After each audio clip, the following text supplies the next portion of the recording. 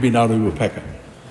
Will he commit to abandoning New Zealand First's ongoing policy to repeal or remove references to the treaty from legislation, just as he has committed to voting against the ACT Party's Treaty Principles Bill, which is essentially the same thing? No, they're not. My response to that is they are not essentially the same thing. We rely upon the expertise of a famous man called Ngata,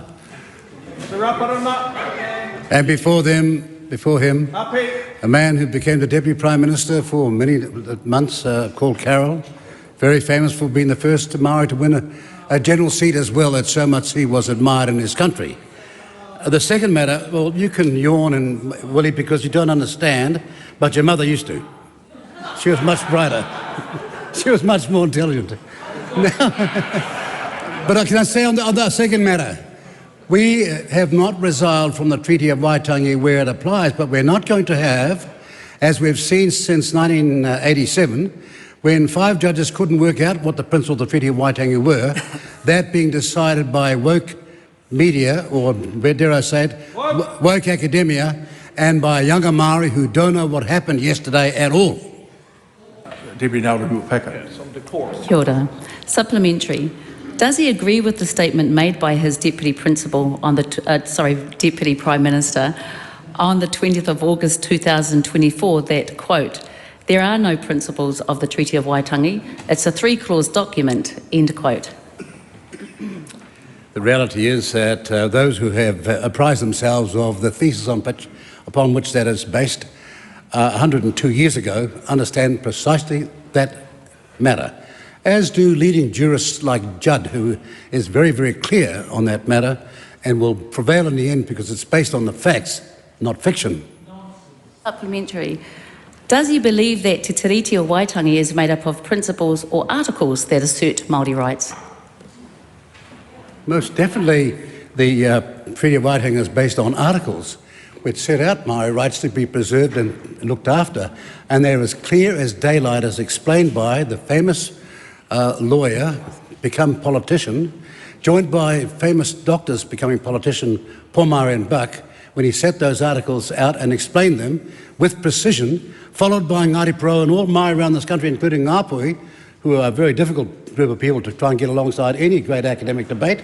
But even Ngāpui, the biggest iwi in the country, believed that as well, only to have it redefined by lesser minds in this Parliament. Supplementary. Does he then accept that the current treaty principles are a watering down of the rights guaranteed to Māori in the articles of Te Tiriti o Waitangi to allow the Crown to avoid honouring the Tiriti o Waitangi itself?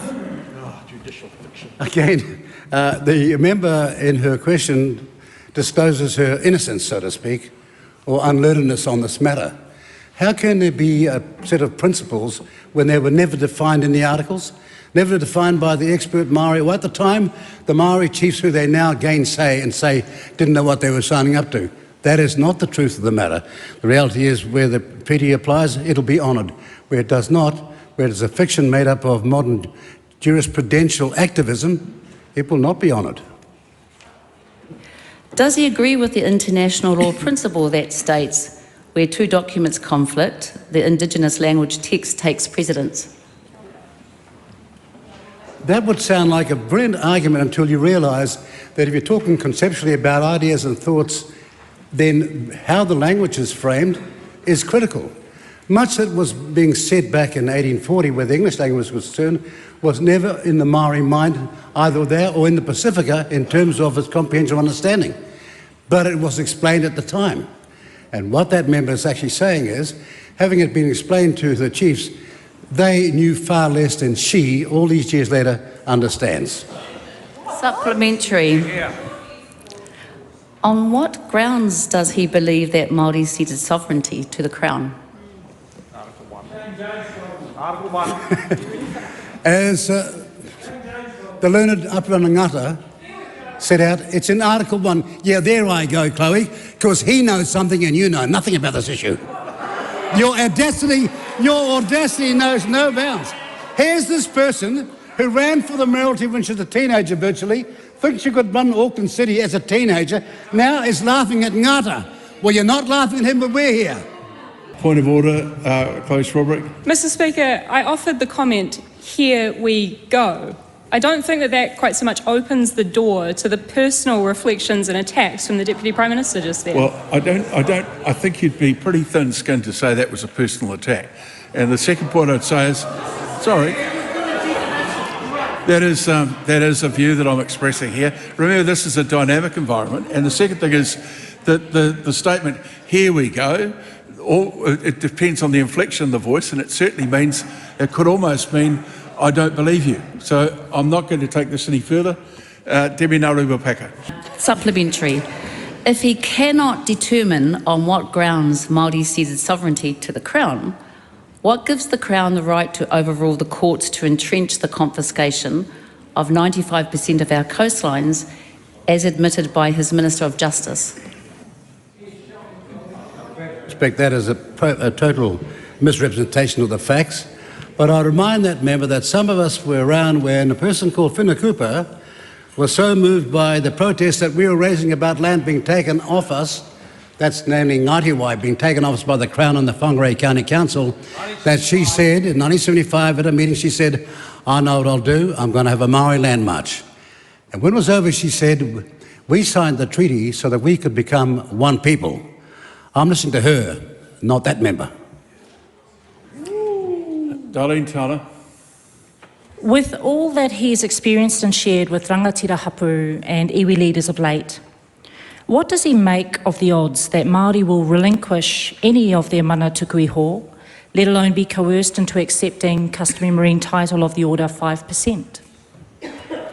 I make of it that in 2004 and 2005 in consultation, the person you're talking about is talking to you now, with every coastal tribe in this country, including Ngāi Tahu, they agreed with the foreshore and seabed legislation. Every coastal tribe did. That's what I make of it, because back then they realised what a fair deal was. Darleen, Tana. Does he think that perhaps Māori should feel thankful, since 5% is a 250% increase on what they've been given to settle with anyway? Mr. Speaker, that's a rather extraordinary statement from a member. When you look at it, Māori have 50% of the fishing resource of this country. We've made enormous progress because back then people saw that we had to start at a lower level. It was about 20% at the start, but now it's 50%. I must thank my colleague on my left who headed the fishing industry, called Shane Jones. Here we have got people who've done the mahi, so to speak, not all talk. Supplementary question, the Honourable Shane Jones.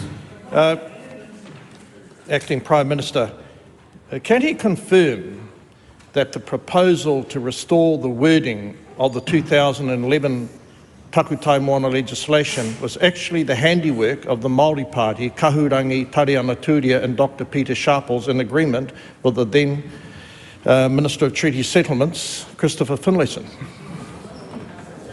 Alas, I have to confirm that.